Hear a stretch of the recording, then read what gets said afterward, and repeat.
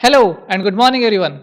My name is Yugal Vijay Bhaisare, lecturer in Mechanical Engineering Department from NIT Polytechnic Nagpur.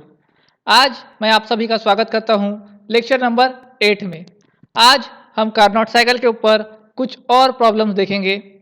ठीक है, तो चलिए बिना समय गवाए शुरू करते हैं लेके प्रभु का नाम।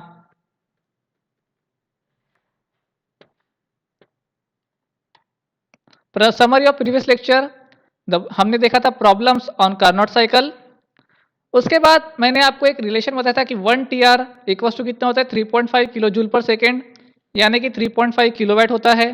ठीक है, तो बहुत सारे लोगों को शायद डाउट होगा इसमें। मैं आपका डाउट क्लियर कर देता हूं कि अगर आपको 1 टीआर से आपको किलो जूल पर सेकेंड या फिर किलोवाट में कन्वर्ट करना है तो आप क्या करेंगे, टीआर से किलोवाट में कन्वर्ट करने के लिए क्या करेंगे, मल्टीप्लाई।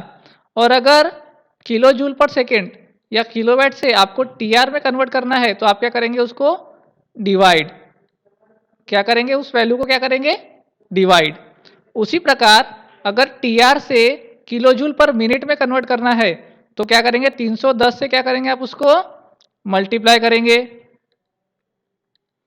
क्या करेंगे, इसको मल्टीप्लाई। और अगर टीआर में वापस कन्वर्ट करना है तो क्या करेंगे, 310 से क्या करेंगे, आप उसको डिवाइड करेंगे। तो आई होप ये सिंपल सा कंसेप्ट है, अगर आपने याद रखा तो आप मैक्सिमम प्रॉब्लम्स को क्लियर कर पाओगे। ओके, सो आगे बढ़ते हैं। आज का लेक्चर पढ़ने के बाद हमें क्या समझ में आएगा, हम न्यूमेरिकल सॉल्व करना सीख जाएंगे। और ये रहे आपके प्रोग्राम आउटकम्स। सो प्रॉब्लम है पहला इस प्रकार से, 4000 kg of lean beef enters a chiller at a temperature of 5 degrees Celsius and is frozen and chilled to final temperature minus 15 degrees Celsius for storage in 12 hours. Calculate the product load in kilojoule per 24 hours. Following data is given. Specific heat of lean beef above the freezing is 3.22 kilojoule per kg Kelvin. Specific heat of lean beef below the freezing is 1.67 kilojoule per kg Kelvin. Freezing temperature minus 2.2 degree Celsius. Latent heat of fusion is 167.5 kilojoule पर KG. और ये आपका winter 7 में आया हुआ question है। तो क्या बोल रहा है कि 4000 किलो का एक बीफ है, उसको आप क्या कर रहे हो, चिलर में रख रहे हो। ठीक है, कितने डिग्री सेल्सियस पे है वो, 5 डिग्री सेल्सियस पे। और आपको उसको कितना लेके आना है, 15 degree Celsius, minus 15 degree Celsius पे लेके आना है। कितने घंटे में, 12 घंटे में। आपको क्या करना है, उसका प्रोडक्ट का लोड पता करना है, कितने घंटे के लिए, 24 घंटे के लिए। और ये सारी वैल्यूज आपको दी है। तो चलो स्टार्ट करते हैं। गिवन डेटा लिखेंगे सबसे पहले। मास लिखा है 4000 किलो। हायर टेम्परेचर टीएच कितना दिया है, 5 डिग्री सेल्सियस। उसके बाद टीएल कितना है, -15 डिग्री सेल्सियस। उसके बाद लैटेंट हीट दिया है, कितना दिया है, 167.5 kilo 167.5 joules per KG kelvin. CP below दिया है। ठीक है, उसके बाद में सीपी अबव भी दिया है, अबव टेम्परेचर 3.22। यह है CP above temperature 3.22। Okay, below freezing का टेम्परेचर दिया है। उसके बाद में मिड टेम्परेचर यहाँ पे दिया होगा आपको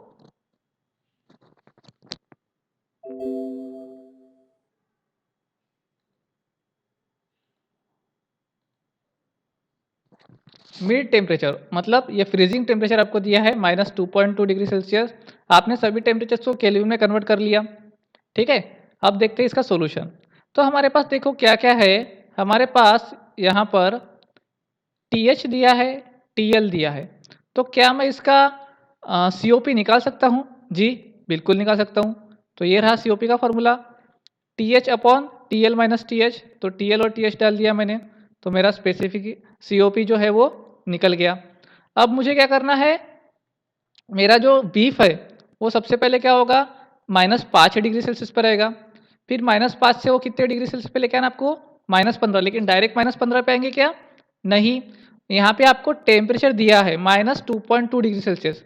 आपने पिछले प्रॉब्लम में पढ़ा था कि कुछ तो भी टेम्परेचर था, आपने पहले उसको 0 पे लेके आए, फिर उसकी लैटेंट हीट बनी, है ना, फिर उसके बाद में वो नीचे आया कुछ माइनस टेम्परेचर पे। लेकिन यहाँ पे 0 डिग्री सेल्सियस पे नहीं रुकना है आपको, यहाँ पे क्या, कहाँ पे रुकना है, -2.2 डिग्री सेल्सियस पे। इसीलिए मैंने देखिए यहाँ पे फ्रीजिंग टेम्परेचर T3 अलग से लिख के दिया है। ठीक है, तो सबसे पहले क्या होगा, -5 से वो कहाँ पे आएगा, -2.2 डिग्री सेल्सियस पे आएगा। तो हीट रिमूव कहाँ पे होगी, सबसे पहले इन दो टेम्परेचर्स के बीच में होंगी, -5 और -2.2 के टेम्परेचर पे। तो उसके लिए फॉर्मूला mCp T2 T3। तो मास दिया है 4000, Cp दिया है अबाउट टेम्परेचर का 3.22, पुट कर देंगे, T2 पुट कर देंगे और T3 भी पुट कर देंगे और इसकी वैल्यू निकाल लेंगे। उसके बाद कहाँ पे होगा, -2.2 डिग्री सेल्सियस पे, मतलब फ्रीजिंग पॉइंट पे, mCp T3 T1, ठीक है, मतलब -15 डिग्री सेल्सियस पर।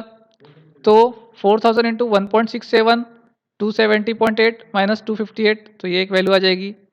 उसके बाद क्या होगा, इसकी लैटेंट हीट पे आएगा ना -2.2 पे, तो मास इंटू लैटेंट हीट, तो उनकी वैल्यूज डाल दीजिए, आपको वैल्यू मिल जाएंगी। अब हमने क्या किया था, तीनों को भी ऐड किया था। पिछले प्रॉब्लम में हम लोगों ने डायरेक्टली ऐड किया था, इस प्रॉब्लम में मैंने आपको समझाने के लिए तीनों को अलग अलग लिख लिया है ताकि आपको अच्छे से समझ में आ जाए। तो तीनों को भी मैं अभी ऐड कर लेता हूँ। कितने घंटे के लिए होगा ये, 12 आवर्स के लिए। देखो क्वेश्चन में दिया है 12 आवर्स के लिए, ठीक है। तो H1 plus H2 plus H3 तीनों को भी ऐड कर देंगे, तो आपको कुछ तो भी यहाँ पर वैल्यू मिली 848240 किलो जूल, ठीक है। लेकिन हमें 12 आवर्स के लिए आंसर निकालना था क्या, 12 आवर्स के लिए नहीं निकालना था, हमें किसके लिए निकालना था, 24 आवर्स के लिए। तो ये 12 आवर्स के लिए हो गया। 24 से करने के लिए क्या करेंगे, मल्टीप्लाई बाय 2, है ना, 12 दूनी 24 हो जाएगा। तो फॉर 24 आवर्स इसको 2 से मल्टीप्लाई कर दिया, तो ये कितने आवर्स के लिए निकल गया, 24 आवर्स के लिए आपका आंसर निकल गया, ठीक है।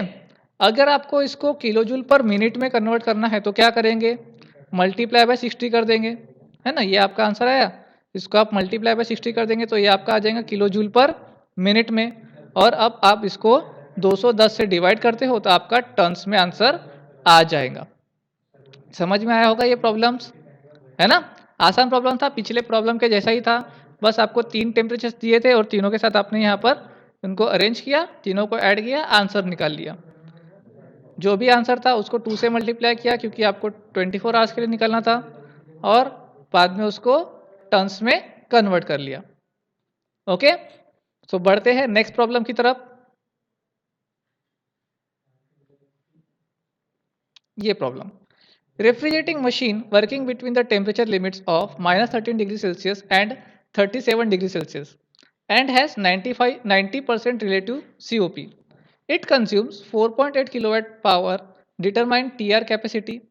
For the same TR capacity, how much power will be consumed by Carnot refrigerator? Also, for the same power consumption, determine TR capacity of the Carnot refrigerator working between the same temperature limits. ठीक है, तो यहाँ पर देखिए आपको दो temperature दिए हैं, -13 और 37। हम इस क्वेश्चन को 1 बाय 1 सॉल्व करेंगे और फिर 1 बाय 1 समझने की कोशिश करेंगे।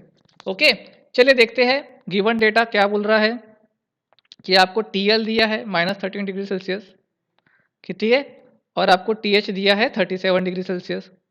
आपको रिलेटिव COP दिया है 90%, मतलब 0.9, ठीक है, और आपको पावर दिया है 4.8 किलोवाट।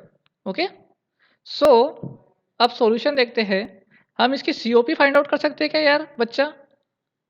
देखिए आपके पास यहाँ पर TL है, TH है, COP निकल सकती है आराम से। जी बिल्कुल निकल सकती है, TL upon TH minus TL, तो आपकी यहाँ पे COP आ गई 5.2। लेकिन आपकी एक्चुअल COP इतनी है क्या 5.2? नहीं है, कितनी है 90%। 90% COP है, तो इसको कैसे करेंगे, एक्चुअल COP अपने को निकालना है तो इसको मल्टीप्लाई करना पड़ेगा रिलेटिव COP से। 0.9 से मल्टीप्लाई कर दिया तो आपको एक्चुअल COP आ गई। अब मुझे एक्चुअल COP के लिए क्या निकालना है, टर्न ऑफ रेफ्रिजरेशन कैपेसिटी, ठीक है। तो मुझे पता है, क्या पता है मुझे, कि रेफ्रिजरेटर का COP क्या होता है, refrigerating effect upon work of compressor, और वर्क ऑफ कॉम्प्रेसर मुझे पहले से गिवन है यहाँ पर 4.8। COP मैं निकाल चुका हूँ 4.68, इसमें मैं वैल्यू पुट कर दूंगा तो मुझे रेफ्रिजरेटिंग इफेक्ट मिल जाएगा 4.68 इंटू 4.8, मतलब 22.464 किलो जूल पर सेकेंड, ठीक है। इसको मैंने किलो जूल पर मिनट में कन्वर्ट कर दिया, मतलब मल्टीप्लाई बाय 60 कर दिया इसको, है ना। इसको मैं क्या करता हूँ, देखो मैं क्या करता हूँ, इसको मल्टीप्लाई करता हूँ 60 से, तो मुझे यहाँ पर क्या मिलेगा, ये वाली वैल्यू 1347.484 किलो जूल पर मिनट। ठीक है, इतना मुझे निकालना था। तो अब मैं क्या करूँगा, इसको टर्न्स में कन्वर्ट करूँगा। डिटरमाइन टी आर कैपेसिटी बोला था, इसलिए टर्न्स में चाहिए उसको आंसर। तो हम क्या करेंगे, इस वैल्यू को डिवाइड करेंगे 210 से, तो हमें 6.387 टर्न्स में आपकी वैल्यू मिल जाएंगी। ठीक है, यहाँ तक तो क्वेश्चन ठीक है।